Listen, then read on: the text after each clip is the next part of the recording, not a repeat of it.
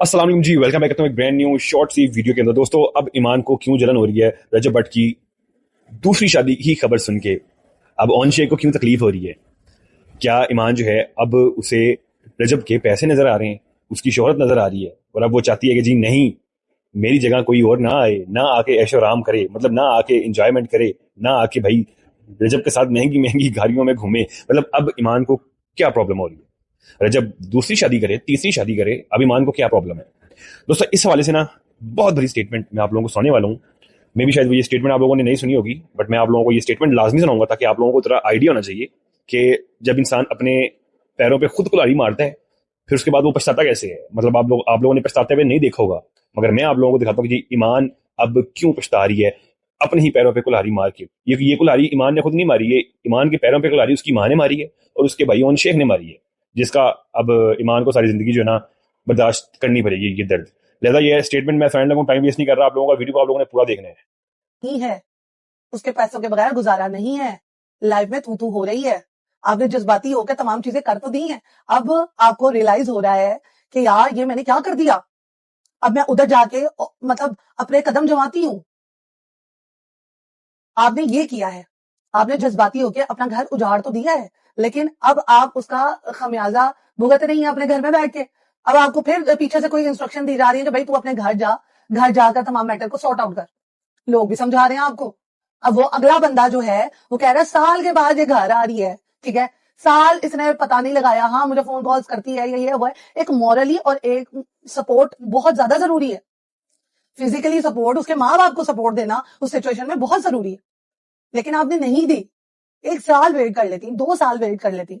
आपको तो फौरन जल्दी थी कि यार जल्दी जल्दी से जो है ना ये तमाम चीजें वाइंड अप हो, हम कीचड़ उछालें, अगले भी जो है ना वो चुप करके बैठ जाएंगे। तो ऐसा नहीं होता है। अल्लाह करे आपकी फैमिली के लिए भी बेहतर हो, रजब की फैमिली के लिए भी बेहतर हो, लेकिन आपकी तरफ से ईमान साहिबा बहुत ज्यादा गलतियां, बहुत ज्यादा गलतियां। लोग तो दूसरी जिसने शादी की होती है, लोग जो हैं वो उस बंदे से भी शादी करने को तैयार हैं, ठीक है।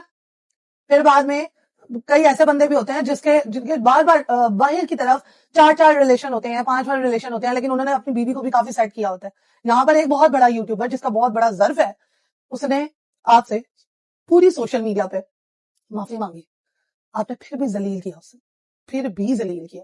उसके बच्चे को उससे दूर किया, उसकी दादी को उससे दूर किया, उसके दादा को उससे दूर किया। शर्म आनी चाहिए आपको कि वालिदा को, रजब को और रजब के वालिद को एंड गजल जावेद, मैं उसके बारे में बात करना चाहूंगी कि अल्लाह की कसम उसने जिस तरह से अपनी फैमिली को लेकर चल रही है, जिस तरह से वो अपनी फैमिली मेंबर्स की बातें बाहर नहीं लेकर आती, और जिस तरह से उसने चुप का मुजाहिरा किया है, हैट्स ऑफ टू यू यार। मैंने तुम्हारे बारे में इतना बुरा बोला, मैं ये गजल से मुखातिब होकर कहूंगी कि मैंने तुम्हारे बारे में इतना बोला, इतना बुरा बोला, इतना गंदा बोला, उसके लिए मुझे माफ कर दो। I am really really sorry.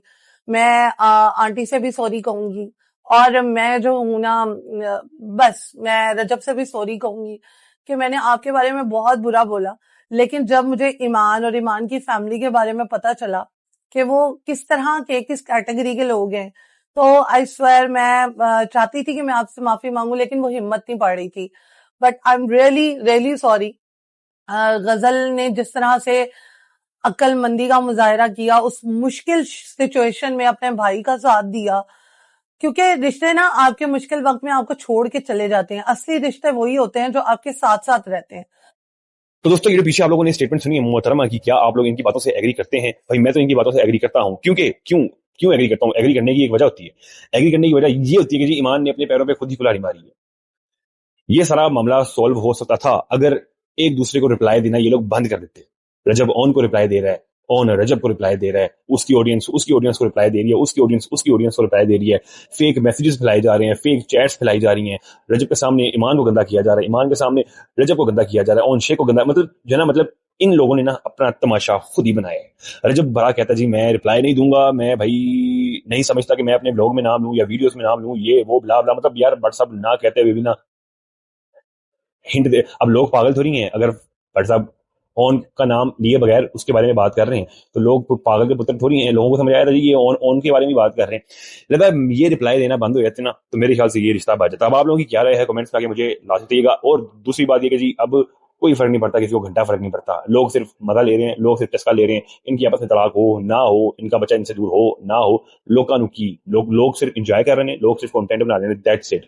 अब भैया आप लोगों ने अपनी राय लाजमी देनी है। वीडियो पसंद, चैनल को सब्सक्राइब कीजिएगा, बेल आइकन को प्रेस कीजिएगा ताकि वीडियो की नोटिफिकेशन आप लोगों तक टाइम टू टाइम पहुंच सके। मिलता हूं नेक्स्ट वीडियो में, भाई इजाजत, टाटा पर।